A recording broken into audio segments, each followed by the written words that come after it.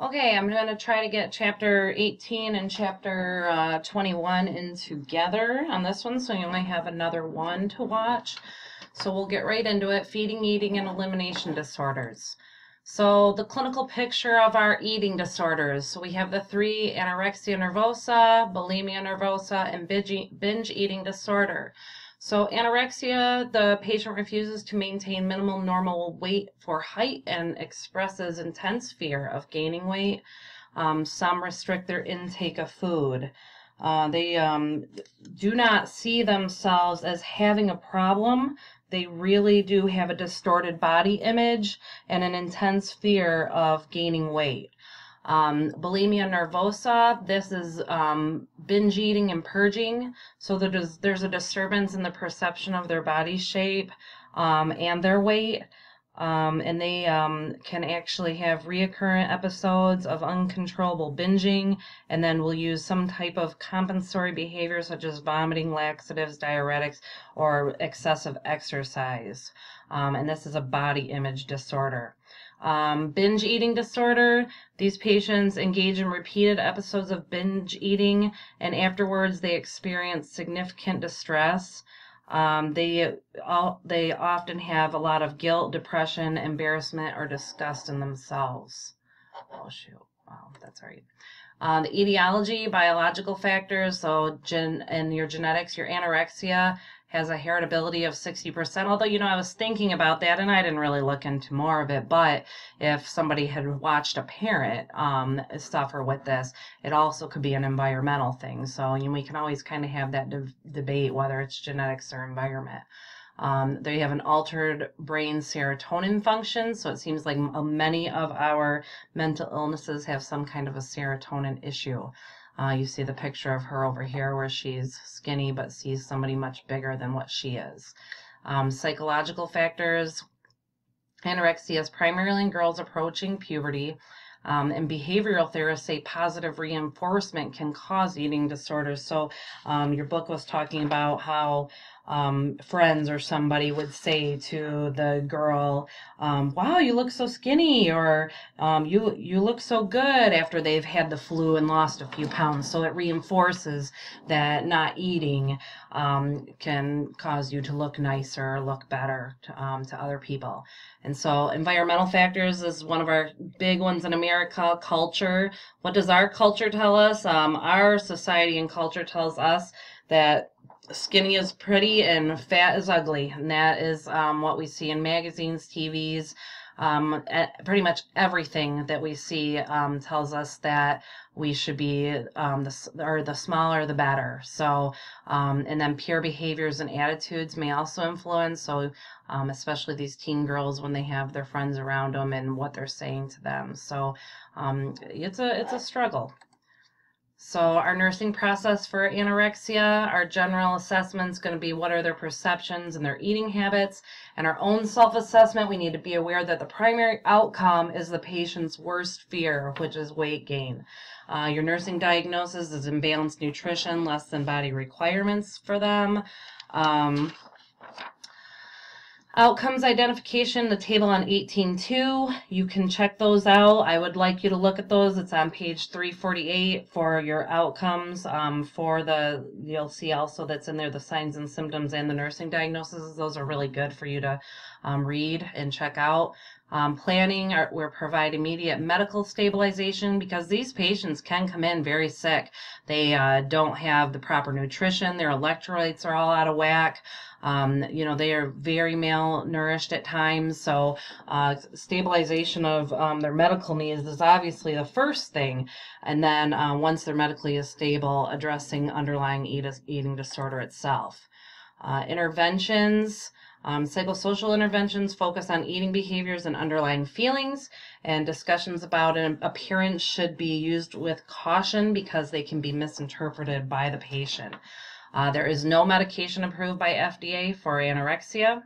Our integrative medicine can include massage, biofeedback, yoga, all to manage mood, and then health teaching and safety and teamwork. So next is bulimia.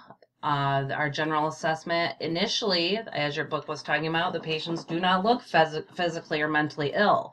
But upon further inspection, we may find that they have swollen parotid glands, dental erosions or caries, and then the patient may feel a significant amount of shame because these patients, unlike our anorexic patients, know that they're doing something to hurt their body.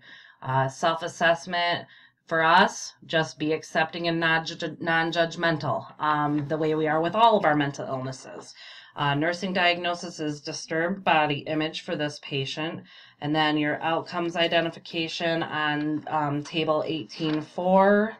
I see I did not put the page number for that, and it is page number 354. So you'll see again your signs and symptoms, nursing diagnosis, outcomes. Again, go through that and be familiar with that. Planning for this patient. Book did talk about how it's rare, but hospitalization for gastric rupture can actually occur. And then again, electrolyte imbalances and cardiac dysrhythmias because they're taken in and throwing it back up. And when they throw up, they take more out with them than they put in because they're going to get rid of a lot of that gastric secretions that help balance a lot of stuff. So big time cardiac dysrhythmia sometimes for these patients. Acute care, something that was interesting that I found in your book that said if the patient is found to have a substance abuse problem as well, that the substance dependence must be treated first before they can start treating the eating disorder. Therapy examines underlying conflicts for the person, and our goal is to cause interruption of binge eating and purging. Pharmacological interventions said that Prozac may help to prevent relapse. Again, though, no specific drug for the actual impairment. Counseling is much more effective with your bulimic versus your anorexic because the patient does see it as a problem. So you're going to want to remember that. And the difference is that your anorexics do not see it as a problem and your bulimics do know it's a problem. Health teaching and health promotion. So we want to teach this patient relaxation techniques, healthy eating, exercise, coping skills, and just be an overall support for them as they're trying to change their lifestyle from what they've been doing. So our binge eating nursing process, the assessment, the patient may be experiencing heartburn, dysphagia, bloating, abdominal pain, diarrhea, urgency, constipation, and feelings of anal blockage.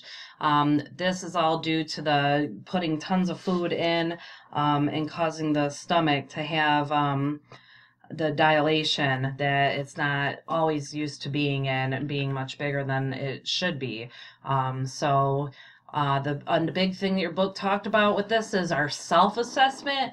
Be aware of your reactions to obese patients, and personal reactions among nurses are still influenced by disgust or displeasure. Because if you have a patient that's 500-600 pounds and it takes numerous caregivers to come in and do things, nurses and all healthcare professionals can get very judgmental of this. Again, it goes back to did this patient cause it to themselves? Again, just remember we're treating people regardless of what they look like. They're still a human being and a person with a soul on the inside. So our nursing diagnosis is imbalanced nutrition more than body requirements. And then your table 18.5 on page 357 is going to do your signs and symptoms, nursing diagnosis, and outcomes again. Please go through that. And our planning is mostly going to be around our management of GI tract dysregulations. Pharmacological interventions, FDA has diet pills approved for a BMI greater than 30. Belvic is the patients feel full after eating a small meal. However, it's only recommended for 12 weeks, and the book said if the patient didn't achieve a 5% body loss within that 12 weeks that they need to go off of that medication. And the other one, pronounced Qsymia, is actually a combination of Topamax and phentermine. And if you recall, our Topamax is something used both in bipolars for mood, and it's also I think it's an anti-seizure medication. I'm pretty sure. I'm just getting those mixed up in my head real quick here. But anyway, I'm trying to look real quick so I'm not telling you something that's wrong. Yep, anti-seizure medication. So that Topamax actually has a side effect that causes people not to want to eat. It takes away the appetite. So they'll use that. And then the phentermine, that's the better part of the fen that was taken away before, that they still determined safe. So surgical interventions. In book said all obese people do not have a binge eating disorder. But what I found interesting in there is that research has shown that the relationship between binge eating disorder before and after, like a gastric surgical intervention, and I know we've got a bunch of different ones, but that is that 12 months after the patients had it, that the most severe binge eating demonstrated the most improvement, which I thought, well, that's pretty cool. Maybe that's something that they can do for those patients. Feeding disorders. So PICA, you guys all learned about that in Peds and OB, is eating non-food items after maturing past toddlerhood. So we may see that in childhood as well. It's not part of any other mental illness. Rumination disorder, regurgitation with re-chewing, re-swallowing, or spitting. So I guess if somebody really enjoyed that meal, they bring it back up and chew it again. I have not actually heard of that before reading about it in the book, and it also is not part of any other mental illness. And then avoidant restrictive food intake disorder. This is avoiding or restricting food starting in early childhood. These children have a significantly lower BMI. There's no distortion of body image. And these patients can actually become dependent on enteral feedings, or they will experience nutritional deficiencies. So I've never known a patient to have had that or a person dealing with that, but it does not sound very pleasant. Okay, and your two elimination disorders, enuresis. This is behavioral disorder in children who are developmentally older than 5. It's the involuntary or intentional voiding of urine into clothing or bed, and it occurs 2 times a week or more for more than 3 months. And encopresis, this is behavioral disorder in children who are developmentally older than 4. This is involuntary or intentional inappropriate passing of feces, occurs once a month for more than 3 months. So looks like I have 3 minutes. I'm going to attempt to do this next slide. I cut it down quite a bit, and we will see if I get through it. If not, I'll be obviously doing another one. This is impulse control disorders. Oppositional defiant disorder is a primarily, you know what, I'm not going to. I'm going to upload this one, and then I'm going to do this one so we can, even though it's not that many slides, that way I don't have to actually rush through it. So I'll upload this one, and then I will come back and do the next one.